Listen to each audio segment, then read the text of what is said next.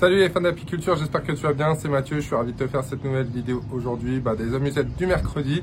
Malheureusement la semaine dernière il n'y en a pas eu, donc on va essayer de se rattraper, on va peut-être dépasser un petit peu les 10 minutes pour compenser les questions de la semaine dernière. Si c'est pas déjà fait, abonne-toi, ça te permettra aussi, si tu laisses un commentaire, de participer au tirage au sort du mois de juin, qui est pour rappel d'intégrer le club privé Facebook et aussi d'avoir accès à la formation en ligne apiculture.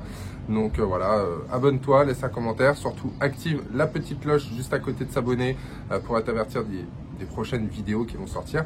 Et je te laisse aller dans la description de la vidéo pour découvrir tout ce qui va être les formations prises en charge via ton compte personnel de formation, les stages, les miels, plein d'infos. Voilà, donc tu peux aller faire un tour en dessous dans la description et on va attaquer la première question qui est de Gilles Roissin, désolé pour le nom si je l'écorche.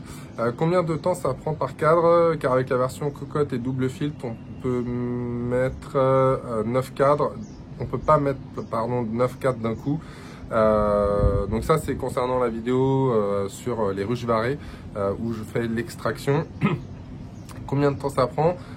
Écoute, c'est relativement rapide puisque même si tu peux pas mettre les 9 cadres d'un coup, en fonction après j'ai envie de dire de la cocotte que tu as, des filtres que tu as, tu peux bien placer 2-3 éléments de cire avec du miel et tout écraser, ce qui peut être assez rapide. Je sais plus, pour faire un élément varé complet rempli de miel sur la vidéo, il faudrait que je regarde, mais on n'a pas mis des masses de temps, sachant qu'on avait fait le film, on a dû mettre une petite vingtaine de minutes je pense pour faire un élément varé complet. Donc voilà, relativement raisonnable vu qu'on n'a pas entre guillemets réellement de temps de perdre des operculantes et en faisant différentes manipulations. Ça va assez vite. Deuxième question, j'ai Jean-Claude CRS qui demande par rapport à l'élevage des rennes, à quelle période on peut commencer à faire cette première manipulation. Tu peux commencer dès que tu commences à avoir des mâles à disposition pour la fécondation des rennes, c'est-à-dire après c'est en fonction des régions évidemment, mais ça va être à peu près à partir de, il me semble, en fonction des régions comme je te disais, entre fin mars et mi-avril à peu près. Troisième question de Frédéric Servet qui demande justement jusqu'à quelle période peut-on faire un élevage de rennes pour faire des essaims.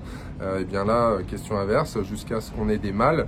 Ça dépend aussi des régions, donc j'ai envie de te dire, tu peux aller jusqu'à peu près mi-juillet en fonction des régions pour pouvoir faire des rennes et en même temps créer des essaims à hiverner. Question de Xavier Germont. Salut Mathieu, jusqu'à quelle époque peut-on poser une hausse sur une ruche d'Adam 10 cadres? Ça va dépendre des mielés que tu as et de la récolte. Jusqu'à quelle période tu peux poser. Si c'est pour faire une récolte tardive, tu peux poser jusqu'à début août. Après ça dépend en fait de ta région, de ton secteur, ça dépend de ce qu'il va y avoir en ressources alimentaires pour les abeilles. Voilà, nous je sais que les dernières hausses qu'on installe vraiment c'est sur juillet, début juillet maximum, et on fait une récolte avant la fin du mois, donc c'est vraiment le dernier carat. Après on laisse justement les abeilles faire leurs réserves hivernales tranquillement, sans venir les embêter avec une récolte potentielle. Autre question de Youssef Berkan qui dit: salut tout le monde, j'ai mis sur mes ruches des hausses avec cadre neuf ciré début avril. À ce jour, donc on a reçu là mi-juin le message. Elles sont toujours vides, toujours pas construites. Il me demande si c'est normal, et pour info il est dans le 77, donc en Île-de-France. Non, c'est pas normal.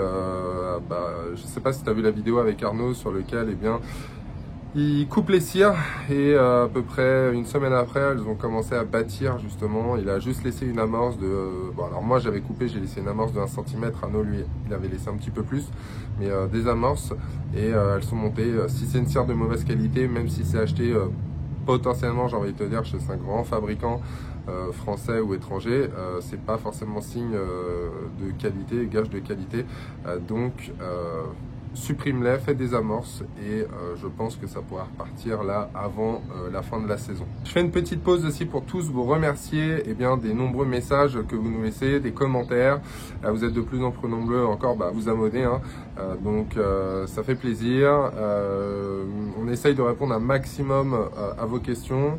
Certaines peuvent des fois passer à l'as, donc n'hésitez pas à nous les reposer sur la dernière musette qui sort, comme ça on les remet, on va dire, devant et on essaye d'y répondre aux prochaines vidéos. On a une question de Anto, pas trop conforme, qui nous dit qu'il a marqué sa reine, que avec un stylo Posca, forcément ça a coulé un petit peu sur l'abdomen de la reine, et quand il a remis la reine, bon, les abeilles n'avaient pas l'air forcément agressives ou de vouloir la repousser. Apparemment elle aurait quand même été acceptée, et il voulait avoir mon avis par rapport à ça. Est-ce qu'il y avait un risque qu'elle ne soit pas acceptée? Alors malheureusement, il n'y a pas de choses prédéfinies. Il y a des cas de figure où, oui, elle peut être, entre guillemets, supprimée et changée si ça peut, entre guillemets, masquer les phéromones. Maintenant, il n'y a rien d'arrêté, il n'y a rien de prédéfini. Il y a des cas de figure où ça peut arriver, d'autres non. Voilà, il faudra contrôler, voir si tu as de la ponte et si tu vois le petit point de couleur qui se balade sur les cadres lors de ta prochaine visite. Question de Vincent Caparros qui nous dit: est-ce que c'est possible d'utiliser un cadre de couvain d'une ruche forte pour la dégraisser et l'utiliser pour le mettre dans une ruche qui a une population plus faible? Si oui, quelles sont les précautions à prendre? Oui, c'est tout à fait possible. Quelles sont les précautions à prendre? Eh bien déjà, que tu ne prennes pas la reine sur le cadre, puisque tu supprimerais une reine d'une ruche pour en mettre deux dans une, donc là il y aura un souci. Et surtout, il faut contrôler le point de vue sanitaire. Il faut vraiment pas que tu aies de doute sur la ruche sur laquelle tu prélèves le cadre et dans laquelle tu vas aller mettre le cadre, puisque là tu peux faire des échanges de maladies, des échanges de parasites. Donc là il faut vraiment, d'un point de vue sanitaire, être sûr et certain de toi. Et deuxièmement, après, si tu veux renforcer, j'ai envie de dire, une ruche qui est un peu faible, prends un maximum de couvain operculé, prêt, j'ai envie de te dire quasiment prêt à naître, puisque ça pourra renforcer beaucoup plus rapidement la ruche que si tu avais du couvain fermé et qui devait évoluer, être operculé et finir leur développement. On a Chasseur du 09 qui nous dit: j'ai ouvert une ruche cette semaine, abeille à tendance noire, à ma grande surprise, j'ai visité tous les cadres et j'ai retiré une dizaine de cellules royales.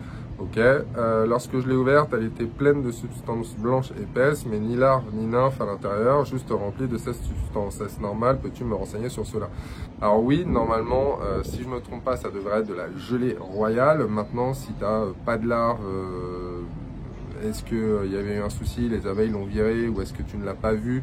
Parce que voilà, des fois ça peut être assez petit, mais moi je vois pas autre chose à part de la gelée royale au niveau des cellules.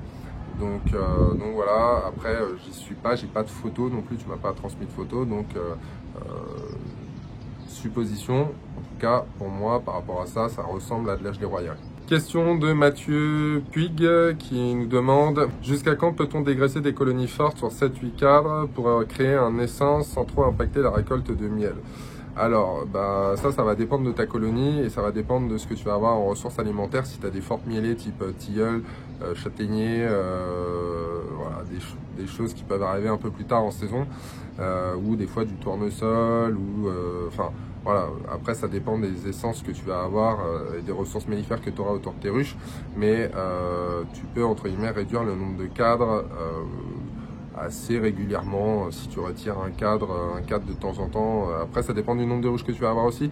Si tu as 2, 3, 4 ruches et que tu enlèves un cadre par ruche toutes les 3 semaines, voilà, ça te réduit ta pression d'essaimage, ça te fait créer des essaims, donc c'est plutôt intéressant et ça n'impacte pas forcément plus que ça ta récolte, sauf si tu veux vraiment être dans la prod. Oui, ça va te réduire un petit peu ton nombre d'abeilles butineuses à terme, mais en tout cas, ça reste quelque chose de faisable tout au long de la saison à petite échelle. Question de Lao Chiblois qui nous dit: comment savoir si la ruche est orpheline? Dans mon cas, pas de couvain, pas de larves, ni d'œufs, cellules royales ouvertes, reine non vue, rentrée de pollen oui, nourriture oui, abeilles non agressives tenant leur activité, par moment elles battent leur appel, combien de temps peuvent-elles rester orphelines? Eh ben, j'ai envie de te dire, elles peuvent rester déjà orphelines jusqu'à la mort de la colonie, puisqu'elles ne pourront plus recréer de reines. certaines abeilles pourront même pondre du mâle, donc ce qui voudrait dire qu'elles seraient aussi bourdonneuses. Il y aurait principalement une majorité de bourdons. Donc là, ça serait problématique. Il faudra vraiment supprimer la colonie. Maintenant, si tu as encore des abeilles avec une activité et que tu as un nombre d'abeilles suffisant, essaye de récupérer soit des cadres de couvain ouverts pour qu'il y ait des cellules royales qui soient faites, soit acheter une reine fécondée pour intégrer cette reine fécondée dans ta colonie. Et comme on a vu sur la question d'avance, tu peux renforcer avec 1 ou 2 cadres de couvain operculés. Ça c'est toujours plus intéressant et ça fait repartir ta colonie plus rapidement. Question de Just In, est-ce que l'on continue à visiter les corps de ruche après avoir installé les hausses? Si oui, à quelle fréquence? Alors sur tout ce qui va être ruche d'Adam, Langstroth, où les hausses sont par le dessus, oui, on continue à visiter les corps de ruche. Lorsque la période, on est en tout cas sur entre guillemets des périodes d'essaimage, donc c'est-à-dire jusqu'à fin juin, début juillet, nous pour notre secteur. Par contre, tout ce qui va être après, dès qu'on constate qu'il n'y a plus de cellules royales ou plus d'amusettes, là on arrête de faire les visites dans le corps et à ce moment-là, on fait les visites que dans la hausse. Donc ce qui veut dire que lorsqu'on est sur une période compliquée, on fait une visite tous les 7 jours à peu près du corps de ruche. Voilà. Dernière question de Patrick Racour. Lorsqu'on réunit 2 colonies avec une feuille de papier journal entre les deux, l'essaim avec la reine, tu le mets en haut ou en bas? Alors la colonie qui a la reine, moi je le place en bas parce que c'est la colonie qui va être le plus active, donc qui va aussi rentrer du pollen. Donc je la place en bas, et la colonie sur laquelle je vais faire monter les butineuses et les nourrices, je la place au-dessus, donc elles vont grignoter le papier pour descendre. Et voilà, c'est la fin de la vidéo. J'espère que celle-ci t'a plu. N'hésite pas à la partager, à liker. Laisse-nous dans les commentaires, toi, si tu as des questions ou si tu as d'autres techniques que tu utilises. Voilà, ça fera partage sur la communauté.